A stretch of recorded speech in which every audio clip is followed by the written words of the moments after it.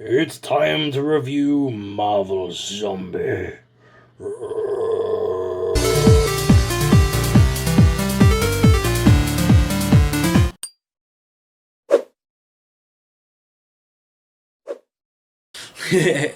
So this is Marvel Zombie from the Monsters Unleashed box set that came out with Toy Biz. This isn't his, by the way. This came with Chucky from NECA. I just like having a shovel in the zombie's hand. Like he just dug his way out of his own grave. We just put that to one side. That doesn't actually come with the figure. The figure itself doesn't come with any accessories.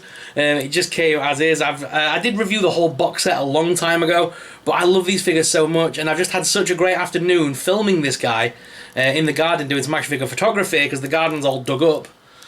So I had a great time posing him and I made his own little grave and everything. It looked awesome. So I was going to share the photos on Instagram, but I thought, no, I'm going to share them here on YouTube as well and make a little bit of a video for you because I really like the photos, the way they turned out. So I will put a montage of photos in towards the end of the video, so stick around for that to see those awesome action figure photography shots. But for now, guys, let's take a look at the figure itself. So like I said, it is a Toy Biz figure, so it's pretty old now, but it's still in great nick. The figure's not wobbly at all. The only bit that's loose is the head, and even that's still sturdy. So you can look up, down, as well as left and right. There's a nice wobble there in the head to make it tilt a little bit as well. The arms do lift with that top hinge and also rotate. There's also rotation in the bicep with a double hinged bicep. Hands also rotate at the wrist, and there is actually grip in the hands, which I love. So he's able to grip that shovel really well. There's no diaphragm hinge, but you can rotate him at the waist swivel. The legs are on ball joints, so they rotate around. It's the old school ball joints. You can still see the fact that his hips are balls, which are a bit of a pain. But nonetheless, I was able to pose him in such a way that you couldn't even really see that. It was so good.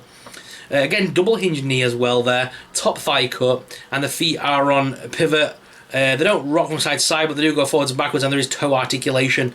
So what I like about toe articulation is that when you're putting his feet on something like I was putting him on the shovel, you can kind of push them around the arc of the shovel like that, and it gives you a more realistic foot pose.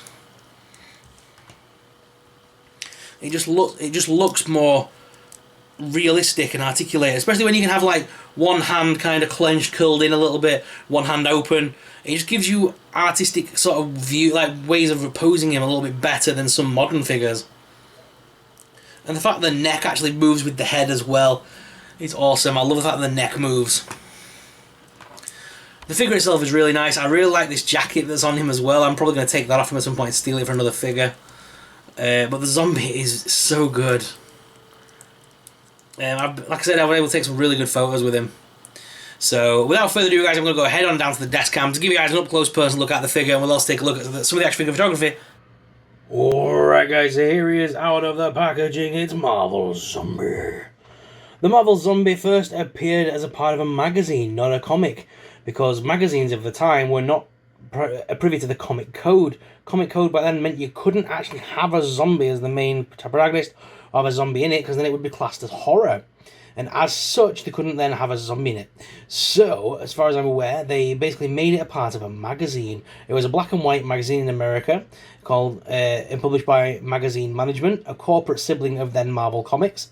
The series ran for 10 issues, an annual publication from 73 to 75. And it was called Tales of the Zombie. As well, that also falls under with sister titles including Dracula Lives, Monsters Unleashed, Vampire Tales. It was a way that they could basically get around with making monster stories without them falling under the comic code of the time.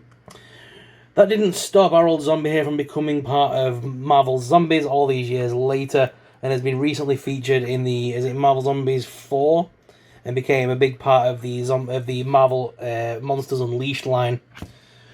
The figure itself, though, is very detailed, very articulated. For a Toy Biz figure, I really love this one. You can get him in so many dynamic poses, like I've got him now holding the shovel and things. It just looks so nice, and you can just get him stood in any position you need to. With the articulated feet as well, with the flap at the front and back, it means you can really have him stand practically on anything, and have him completely, sturdy. Same with the hands. The fact that I can wrap the hands around the actual spade there makes it look all the more menacing, and those piercing yellow eyes look really cool there. It's a great figure, and the fact that you can't really tell if it's a male or female figure, with it being a mutilated zombie, so It does look good either way, and I'm going to put in some photos that I took earlier today, as I have had a bit of an action figure photography afternoon in the garden with him. So we'll show you those in just a few moments as well. Now, this was a part of a 4-pack of figures that also included Dracula, Frankenstein, and Werewolf by Night. It's a great figure line, and I really do recommend grabbing them. Marvel Monsters, I don't think they'll ever remake them. They've only ever made the one Dracula, so I mean, if a character as popular as that only gets one figure, the others are never coming back. And obviously having Werewolf by Night also means you can have you can stand him with obviously your Ghost Rider series, Elsa Bloodstone, Caretaker, and all the likes of the Ghost Riders and the more darker characters of the Marvel Universe, as they had a comics together a long time ago. So yeah, a very, very, very cool figure. I really like it, guys. What are your thoughts on it? Let me know in the comments down below. And let me know your thoughts on Marvel Zombie. Perfect.